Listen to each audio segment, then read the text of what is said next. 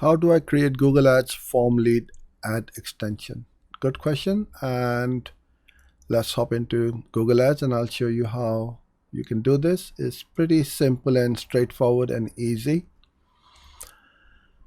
Okay, you need to have your account whitelisted. If you don't have this option, what will happen is this is going to be grayed out. So you need to either contact your account manager or somebody at Google, and they will whitelist this extension for you.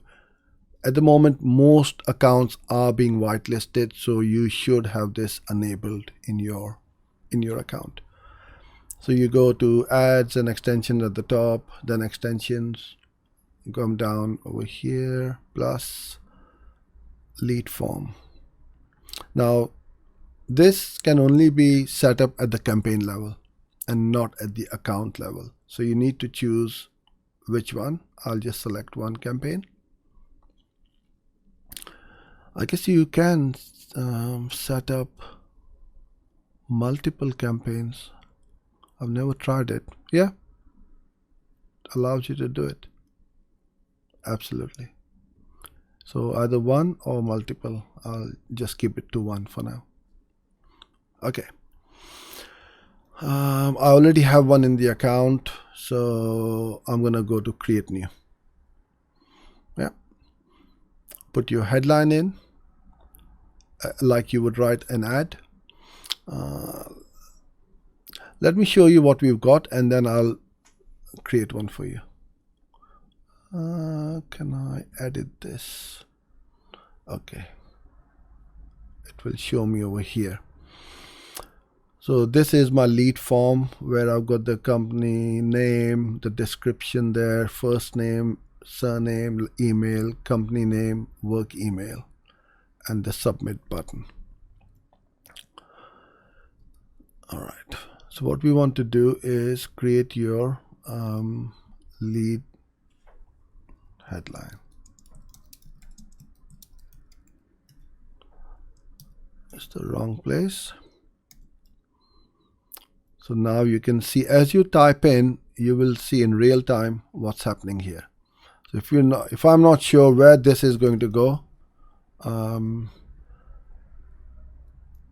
where is it going? On the ad. It's going to go on the ad.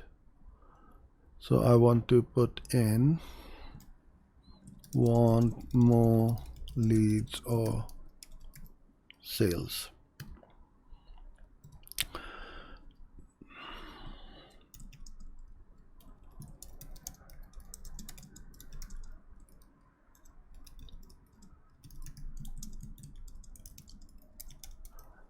And you got over 200 characters to do that. As you can see now, this has popped up over here. Then you want to put in the questions. Check that.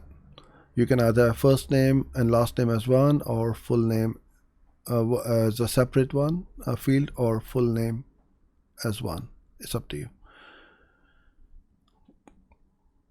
Now you need to keep into account that most of these forms will be filled on a mobile, so don't make this form very long. Keep it very minimalist and with the minimum number of fields, because these will come in pre-filled if somebody is already logged into the Google Ads account. So I'm just going to do these three. If I want to, I can have a company name as well, or a work email instead of these two. See, now these ones are all pre-filled, so I don't mind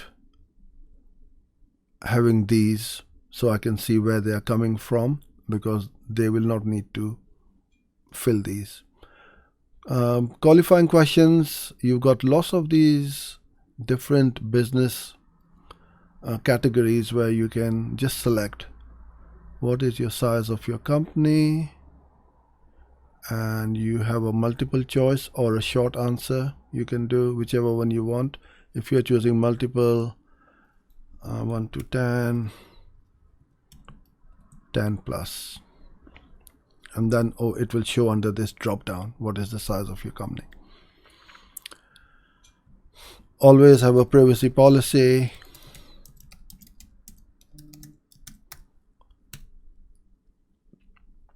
Image, it will make it look a bit more. I'll do recently used. So use a generic one rather than a headshot. So something like this one will look good. So now it looks quite nice as the background in the header. Then you need to put in create the form submission message. You can put in the headline thank you, which I keep the way it is. We'll contact you soon. Looks fine. If you want them to take another call to action, if you have got any, then you go put in your website URL or where you want them to go, to your blog or wherever. Select a call to action for your ad. You've got apply now, contact us, learn more, get quote. So lots of really good call to actions over here. I'll just do contact us, and then your description can get in there. And that's it. Well, not quite, because you need to do a couple of other things. Now, you will need to integrate your CRM over here. If you don't know how to do it, then get your webmaster to link up this form to your CRM. So every time somebody fills it in, it goes straight into your CRM. And a really good way is to use Zapier, because Zapier can link up with Google Ads and your CRM, and also do other zaps. So it will notify you that somebody has filled in the form, or any other triggers you want to trigger when somebody fills in. So use that. Now you get these two radio buttons for more volume and more qualified. To be honest with you, I'm not sure how Google decides whether it's a more qualified lead or it's a less qualified lead, but you're going to get more volume. I've tried to look over here under this learn more. It doesn't give much, to be honest with you. It says here more volume is the default lead form type, but you can change the lead form type to more qualified. Okay, thanks Google. The option that you choose may affect the cost per lead and the number of leads collected, which you've already said before. You can change the lead form type at any time during the campaign. Doesn't give us anything as to how they are making this judgment whether someone is more qualified or not. So all they're saying is, as a result of this, you may see fewer leads. Maybe they're looking at the audience, I don't know. So if you were to ask me as to how this works, your guess is as good as mine, to be honest with you. Or if you know something which I don't know, then please put them in the comment box below. That is it. So I really don't think this makes a big difference. One thing which I haven't done actually is set up two campaigns, one with more volume and one with more qualified, and see whether we do get more volume, because if we are getting more leads at a lower cost, then at least we'll know that we're getting more junk or lower quality or lower intent leads. So for now, I'm just going to leave it as the more qualified lead, because I don't want to waste my time with the leads who are not interested in my offer. And that is it. Save it, and your lead form extension in Google Ads is set up.